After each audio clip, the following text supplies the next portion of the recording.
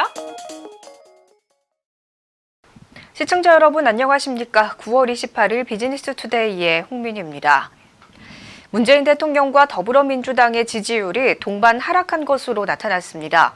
리얼미터가 YTN 의뢰로 지난 21일부터 닷새간 전국 유권자 2,511명을 대상으로 조사한 결과 문 대통령의 국정수행에 대한 지지율은 전주 대비 1.7%포인트 하락해 44.7%를 기록했습니다.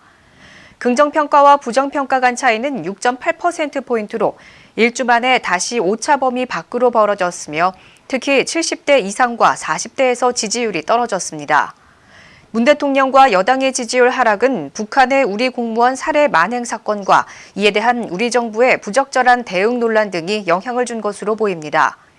문 대통령은 북한 김정은과 최근까지 친서를 주고받을 정도로 소통이 가능했지만 북한군에 발견된 우리 공무원이 위험에 빠진 수시간 동안 북측에 별다른 요청을 하지 않고 방치했다는 비판을 받고 있습니다.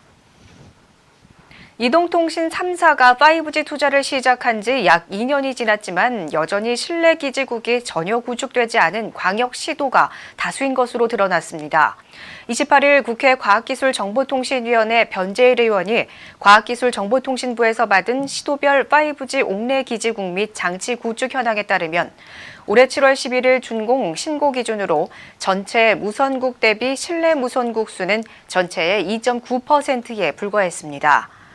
변재일 의원은 서울이나 대도시 이외의 지역 주민들은 현재 현저하게 차별이 있는 5G 서비스를 이용하고 있다는 사실이 명백히 밝혀졌다면서 일상생활의 대부분이 집이나 직장 등에서 이루어지는 것을 고려하면 통신사는 실내 기지국 구축을 대폭 확대해야 한다고 제안했습니다.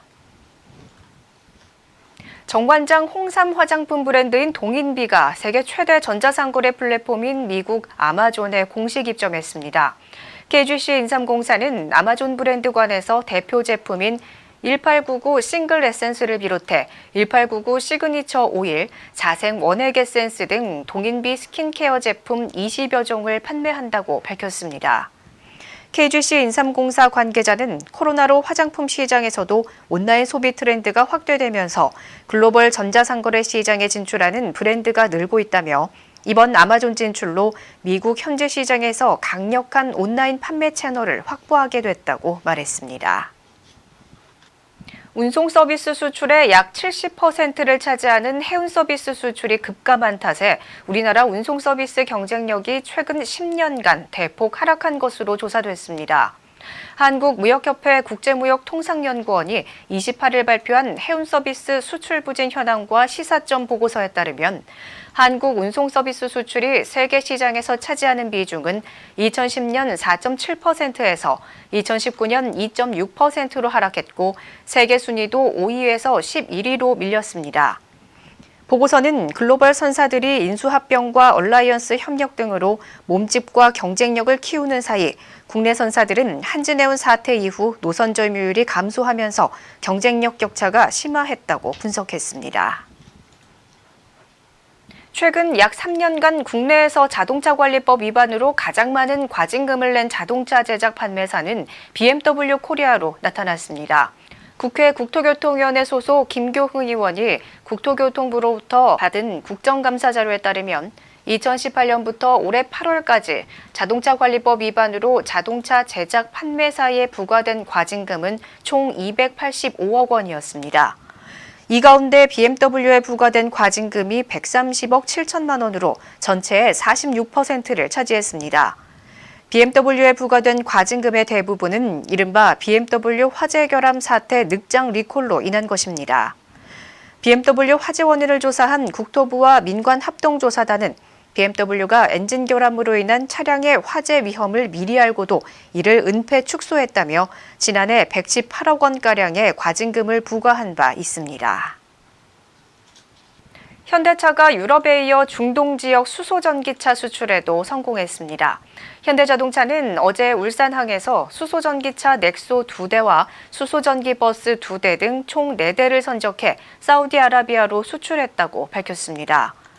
현대차는 지난 6월 사우디 아람코와 양해각서를 체결하며 사우디아라비아 내 수소전기차 보급 확대를 위해 함께 노력하기로 한 바 있으며 이번에 공급되는 넥소와 수소전기버스는 향후 현지에서 시범 운행 등 실증 사업에 활용될 예정입니다.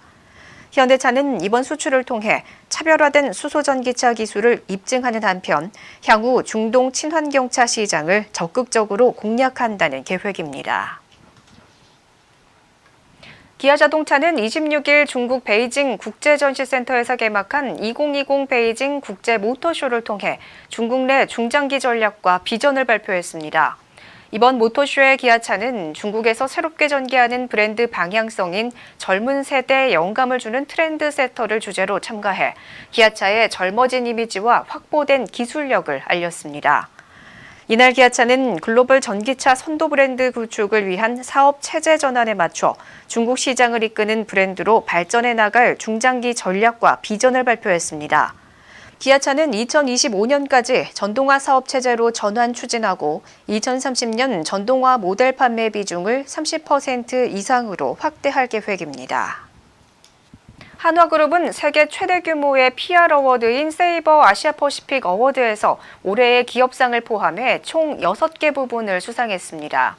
한화그룹 클린업 메콩 한화솔라보트 캠페인은 이번 어워드에서 다이아몬드 세이버 어워드 올해의 기업상과 브랜드 빌딩 부분을 수상했습니다. 이 메콩강 캠페인은 또한 기업의 사회적 책임 부문과 사회문제 커뮤니케이션 부문에서도 상을 받았습니다. 클린업 메콩은 한화그룹이 베트남 지역 환경 문제 해결에 도움을 주기 위해 진행했던 환경보호 캠페인으로 한화는 지난해 6월 석유 연료 없이 태양광 패널로 작동하는 수상 쓰레기 수거보트 2대를 제작해 베트남 빈롱시에 기증했습니다. 국민의힘이 지난 27일 서해상 실종 공무원에 대한 북한군 총격 사망 사건과 관련해 청와대 분수대 앞에서 문재인 대통령의 해명을 촉구하는 릴레이 1인 시위에 나섰습니다. 첫 주자인 김성원 원내수석 부대표는 이날 오전 대한민국 대통령을 찾습니다. 문재인 대통령님 지금 어디 계신 건가요? 라고 쓰인 패널을 들고 문 대통령의 직접 해명을 요구했습니다. 그는 국민의 생명을 지키는 것이 국가의 기본임에도 대통령께서는 어디서 무엇을 하셨나라며 우리 국민을 살릴 수 있었음에도 그렇게 하지 못한 부분에 대해 청와대에 명확한 해명이 있어야 한다고 목소리를 높였습니다. 비즈니스 투데이 오늘 준비한 소식은 여기까지입니다. 시청해주신 여러분 고맙습니다.